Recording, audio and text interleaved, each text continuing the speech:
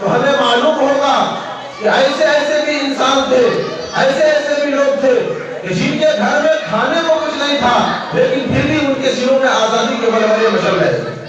ऐसे ऐसे भी धरती पर, इस धरती पर लोग थे तो जिनके पास लड़ने को हथियार नहीं थे, लेकिन फिर भी वो इस जोश में होते थे कि अगर अंग्रेज हमारे सामने आ जाए तो हम उसके टुकड़े कर देंगे। क्योंकि उन्होंने अपनी बचपने से जवानी तक इस चीज को देखा था, उसके जुल्म सितम को बर्दाश्त किया था, और यही चीज उनके दिल में थी कि चाहे हमारे पास लड़ने के हथियार ना हो,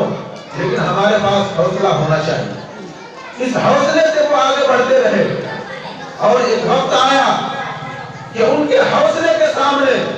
उनके जोश और जज्बे के सामने सालिम अंग्रेजों को घुटने टेकने पड़े, और फिर आखिर 1947 को उन्हें हिंदुस्तान छोड़ना पड़ा। ये कुर्बानियां, ये इस तरह की कुर्बानियां किसी खास मजहब के लोगों ने नहीं दी है, किसी खास मिल्लत के मानने वालों ने नहीं दी है, बल्कि ये कुर्बानियां पूरे हिंदुस्तानियों ने मिलकर दी है। सिर्फ ये नहीं कह सकते कि हमने कुर्बानियां दी है, ईसाई ये नहीं कह सकते कि हमने सिर्फ कुर्बानियां दी है, हिंदू ये नहीं कह सकते कि सिर्फ हमने कुर्बानियां दी है, या मुस्लिम ये नहीं कह सकते कि सिर्फ हमने कुर्बानियां दी, बल्कि इस गुलशन को आजाद कराने में, इस गुलशन को अंग्रेजों के चंगुल से छुड़ाने में हर मजहब और मिल्लत के मानने वालों का बराबर बराबर हक है। सबों ने मिलकर कुर्बानियां दी है। इस मिट्टी में सबों का खून शामिल है। मेरे दोस्तों, हमारा ये मुल्क 1947 को आजाद तो हो गया, हमने अंग्रेजों से आजादी को हासिल कर ली, लेकिन चूंकि हमारे मुल्क में अंग्रेजों का बनाया हुआ दस्तूर था कि जब वो जालिम हिंदुस्तान पर जालिमाना कब्जा किया तो उसने हिंदुस्तानियों के बनाए हुए दस्तूर को तहवाना कर दिया, इनके कानून को उखाड़ फेंका, उसने अपना दस्तूर नाफिज किया। जब वो हिंदुस्तान छोड़कर चले गए तो अब जरूरत पड़ी कि अपने लोगों के लिए एक अपना कानून बनाया जाए, कोई अपना दस्तूर अमल बनाया जाए जो हर हिंदुस्तानी को अपना हक दिला सके। लिहाजा एक कानून बनाया गया, और 1950 ईस्वी को 26 जनवरी के दिन इसको नाफिज करके, जिसकी खुशी में आज हम 26 जनवरी मना रहे हैं, कि इसको नाफिज किया गया, हिंदुस्तानियों पर इसको लागू किया गया। तो चूंकि आपने अंग्रेजों से आजादी तो हासिल कर ली, अब आपका कानून भी अपना होना चाहिए, अपने लोगों पर अब अपना कानून होना चाहिए, अंग्रेजी कानून नहीं चलने वाला है। लिहाजा 26 जनवरी 1950 को ये चीज वजूद में आई। इसी दस्तूर अमल की खुशी में, इस आईन की खुशी में, इस कानून की खुशी में आज का दिन हर हिंदुस्तानी याद करता है, और आज का दिन हर हिंदुस्तानी आज के दिन को जश्न में तब्दील करना चाहता है। मेरे दोस्तों, ये हमारी बदकिस्मती ही कह लीजिए कि हमारा मुल्क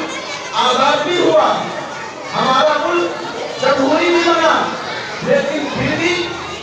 उस कानून में, उस आईन में जो हमारे हक दिए गए थे, हमारे उसके खिलाफ हो गई। हमें जो हक मिला था उस हक को दबाया जा रहा है। हमें जो आजादी मिली थी, हमसे वो आजादी छीनी जा रही है। हिंदुस्तान के आईन के पहले सफे पर अव्वल में ही ये बात लिखी है कि हम हर हिंदुस्तानी इस बात को तस्लीम करते हैं कि हमारा मुल्क एक आजाद और सेकुलर मुल्क बनकर पूरे जमीन पर वजूद में आए, जहाँ हर हिंदुस्तानी को, हर शहरी को उनका हक दिया जाए,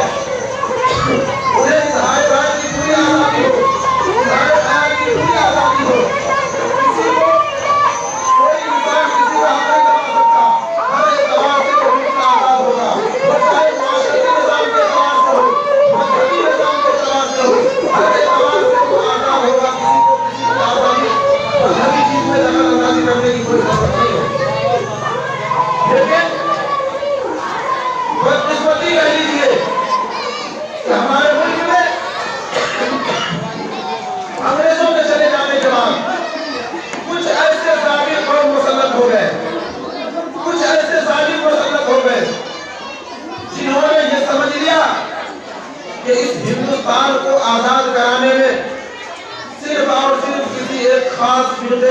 का हाथ है,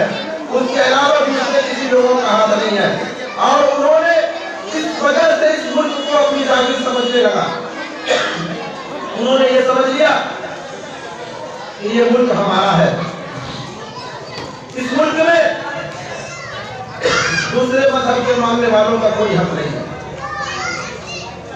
इसीलिए इस मजलिस का इनेकाद हुआ